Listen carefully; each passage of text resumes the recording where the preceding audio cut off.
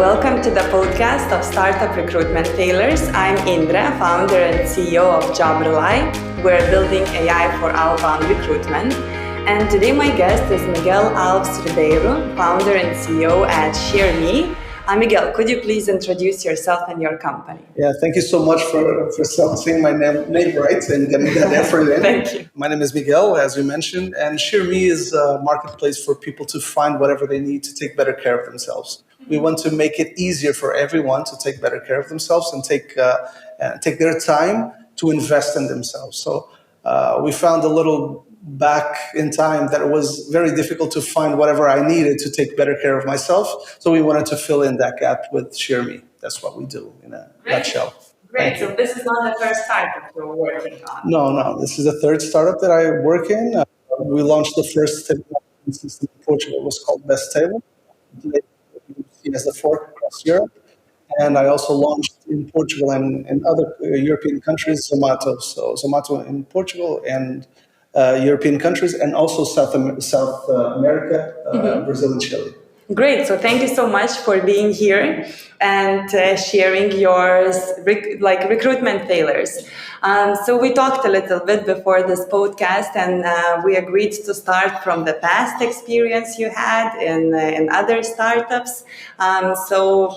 First, the problem was not finding and attracting talents because it was a better situation than it's nowadays, but actually selecting people, and especially not only for skills, but for the cultural match. So, I think I'll begin from the past and learning from the past. I don't think I learned enough. I think I still have a lot to learn. But in the past, one of the things that we were looking for was we were looking for people that had certain kinds of skills, okay?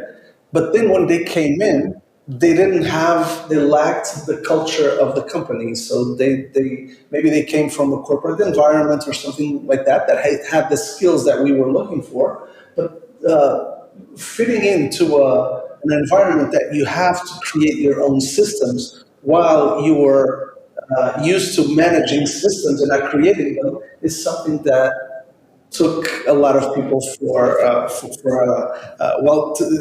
surprised a lot of people. And it surprised me because we thought that we were finding the right people, but then they didn't fit into the culture, the hardworking culture.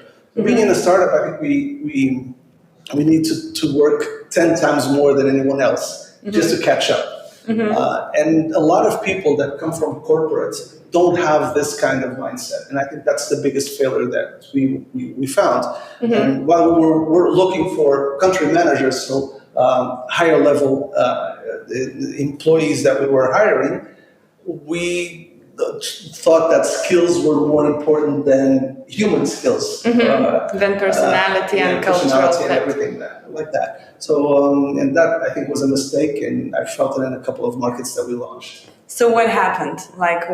How did you realize that not only skills? I realized along the way, but there's one thing that pops into my mind was we hired someone for Poland for country manager, and she.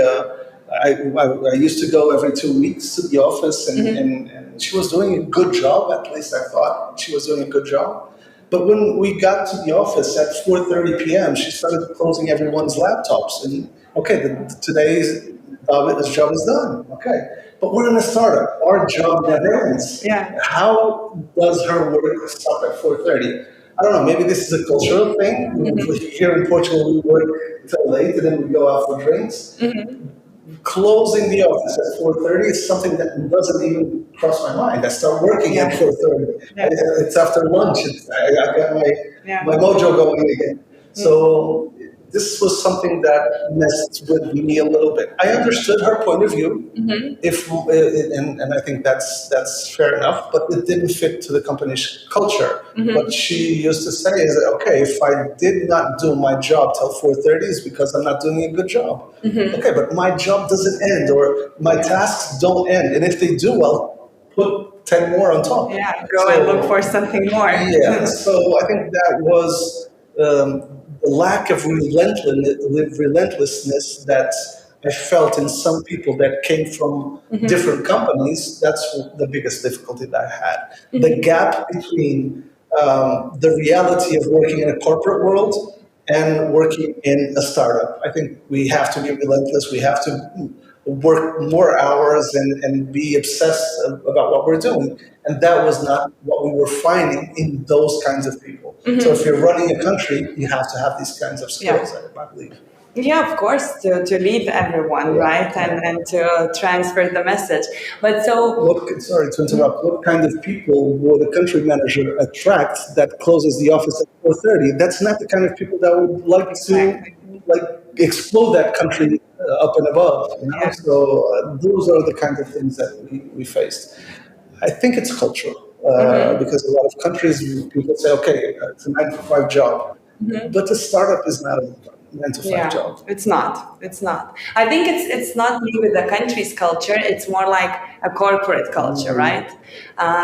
But it's such a simple thing, right? Working hours. And I believe that when interviewing and talking to her when hiring, you said that it's a startup and you're all hardworking. I'm just wondering, how did you miss this? Or she missed that? She checked all the right boxes. She knew exactly what she was saying. She knew exactly what we needed or needed. I never asked how many hours do you work. Do you have something? It's else? obvious, right? We're hiring for country manager. Someone that has to be obsessed by making that business grow, and she was, but till 4:30. Okay, that's very After 4:30 was her time. It's fair and it's okay, and I'm fine with that, but not a high level kind of person that we were looking for. Yeah. Maybe I'm crazy. I don't know. Maybe I'm saying it as something that I shouldn't. But I think if we want to do something different, we have to put in the hours. I believe, and compromise and sacrifice and all that. Otherwise, we won't make it. I believe. Yeah. And so, how long did it take for you to realize that 2 weeks. 2 weeks only? 2 weeks. So it was very fast, at least. It was. I think that was something that we understood really fast. We can make mistakes, but we have to correct them really fast. We cannot make it, and also here at SheerME, we're exactly the same thing. Maybe sometimes it's even unfair, but if people don't come in with full power, they shouldn't be here. Yeah. So 2 weeks, 3 weeks max. We'll never finish a month, I believe. If we see that people don't come in with that drive, I think they're not the right. They're not to gain. They're not going to gain drive in a month or two. Maybe that's too late.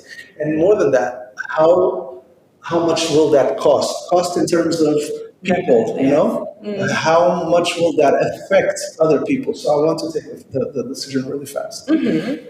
And how do you do that firing fast? It's because most of the people could argue and say that it's not enough. Give me more time, I will prove, or something. Yeah, they can say whatever they want, but we have measures, okay? We have the specific things that we ask them to do. So specific tasks. If they cannot do them in that short period of time, maybe they're not the right people for this. And we adapt, because if we're hiring high level, we'll give high level tasks. If we're hiring low level, we'll give them very low level tasks. And sometimes it's even a question of understanding what we do and how we do it. And if they don't understand, I don't have time for that. We need to move fast. How do you onboard people? So so that was a big learning from Zomato, I believe. Okay. I think we didn't have that in the past. Zomato did something that was fantastic. We did an induction. So each time that anyone comes in, they're inducted into the company. So 2-3 days, they know what we do, how we do it, and then they sit half a day with each one of the team leads to see what we do. Okay. So sales with sales, marketing, supported content. So each person sits with everyone to see how we do everything. Okay. And everyone goes out selling to understand what is the difficulty that we face with every client that we have. Okay, that's very interesting. But how did the structure came up? Was it easy to implement? Because you have to involve the team leads and everyone, right? So since the beginning, we already had that. Implemented in Zomato here in Portugal and in all other countries that I ran. So it was basically get the same structure and implement it here. As most of the core team came from Zomato with me, they're very used to this. Okay, that really helped. Okay. If you're looking for a smart choice to build your team, do it efficiently with JobRely, our AI for recruitment. We offer 2 weeks free trial, during which our AI will source 50 potential candidates, reach them out, pre-screen, and schedule interviews. Visit jobrely.com and get started. And so, talking about the current recruitment situation and lessons you learned. So yeah, I think the biggest difficulty that we have is today is that we're still not big enough. Okay, we're still a small company. We're already kind of recognized, but I would like to get better people. And right now, what I feel is sometimes is that instead of we interviewing people are interviewing us. Yeah. It's totally changed, like the opposite. Yeah, so I think there's a lot of offer out there, and people are looking for better opportunities. So that's fine. We just have to adapt to that new structure. But still, it's a little bit more difficult today to hire good people in Portugal because the salaries are not fantastic. People rather work with foreign companies, and foreign companies are coming into Portugal paying good money. So it's hard to compete in a seed phase that still SheerME is at. But we already have some people that want to work with us and see the company growing. So that's kind of good. But we would like to hire faster than we are hiring at this point of time. And so, how are you hiring? Like, how are you recruiting people now? Not the best way. I think all the team is short, so a lot of us are involved in the hiring, and we should not. We should be focused on something else. And sometimes we do so many interviews, and this is my assumption. This is not the fact. This is an assumption. I believe that we get to a point, we interview 12, 15, 20 people, and we get to a point, okay, let me just pick one. I believe that happens within the team. You know? They don't push a little bit further. They believe, okay, I already interviewed 20 people. One of these has to serve, and maybe it doesn't. Could maybe you have to do 20 more. You know, and I think running at the pace that we are in and involving the team. I think it's not fair, and we're probably not pushing for exactly right people for us. That's why maybe I have to take those calls really fast in the 2 to 3 weeks, just to try to improve it. I don't think that we can fix this in house, or we have two options. Either we do it outsourced, or we hire someone that is specific for this. But as we don't need to hire every day or every week or every month, I don't know if it's the right salary that I should put into or invest in someone just for that. Yeah, if it's not constant, then it's too complicated. Well, that's why we built a JobRely platform, and how we help, because I still believe that hiring managers have to be involved into the process, because it's only them who knows that if there's a developer or salesperson, they are the best recruiters. But to give them too many tasks, which are required for recruitment, it's not only interviewing. You have to outreach candidates, you have to find the profiles, then schedule interviewing. So it's really overwhelming. So if you could eliminate all these tedious tasks and just the decision making is being left for the hiring managers, then it's different. And interviewing actually is very important thing, even to crystallize the profile, because sometimes you might think, I need a marketing manager. And if you're not a marketing person, right, or in this particular area, how can you know who's the best, right? So you talk to different people, you understand all the peculiarities, and just then you make the right decision, right? So it's the whole process. So it's I think nowadays, and especially with JobRely, we can help with like tedious task automation, right? So it's like you save time, but you don't hire in-house people or like outsourced expensive recruiters and etc. etc. But when it comes to the employer branding, how do you think, or how are you working on strengthening the branding? So that is something that it comes with investment that we're doing right now, and we just closed a round of investment, and right now that's something that we're going to push for. Get more of SheerME out there, and get people more excited about what we're doing. Till now, we were building a product, so we built something from scratch. Yeah. Of course, getting our feet on the ground, getting some market, some clients in, some users in. We are reaching 100,000 users for Portugal. That is okay, but It's a lot. It's really a lot. yeah, it's okay. Okay, you need more. Yeah, I need more. I need a lot more. But we need to work a lot on our branding, and that's something that we really do understand. There's a lot of pressure for us to go international, but we can only go international if the brand is strong here in Portugal. So that's something that we're going to invest in the future. I believe that with that, we will get a little more attention from people that will want to join this revolution in the wellness area that we're facing, because I think people still do not understand 100% what we're doing. Okay.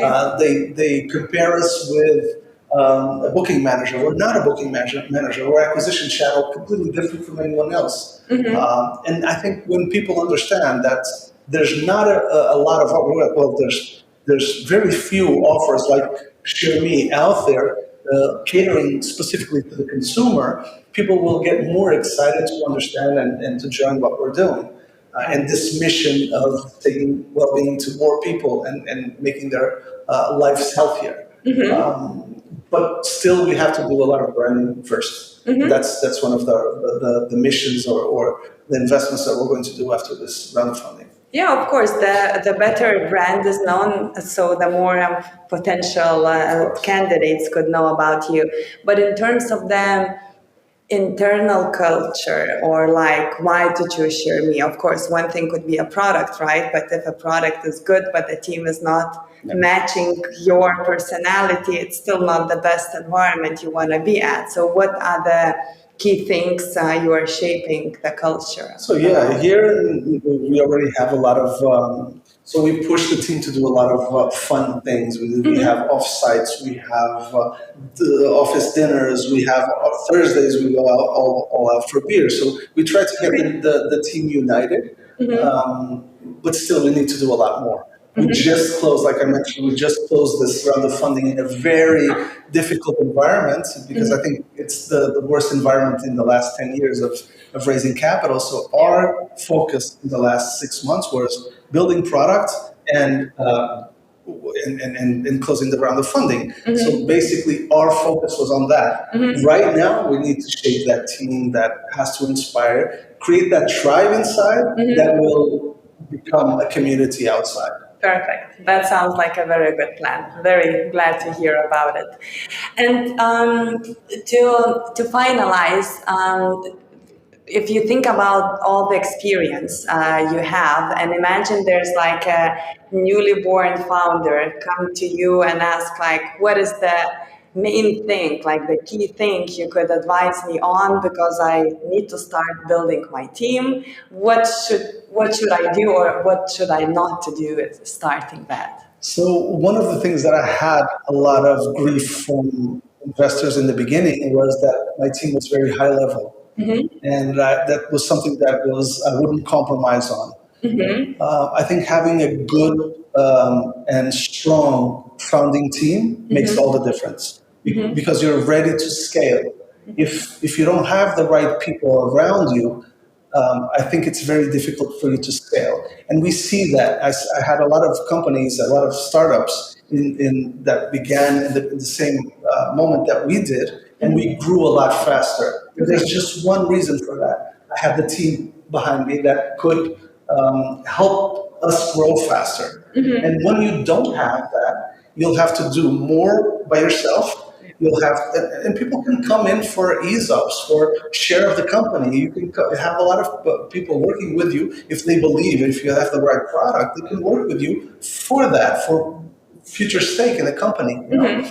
So for me, it's unnegotiable not having a very strong core starting team. That's the same thing that I did when I launched Zomato here in Portugal and when I launched Best Tables. We had a very, very strong core team. And basically, most of the core team from Zomato is here with me from the beginning. I think everyone is here almost. Everyone from the beginning. Amazing. Yeah. Good, good. Great. So thank you so much, Miguel, for your time and sharing your stories. And thank you to all the listeners. If you like this, please leave your review on Spotify. For more podcasts, please visit jobrely.com, sign up for our newsletter, and we'll keep you posted about the latest startup news.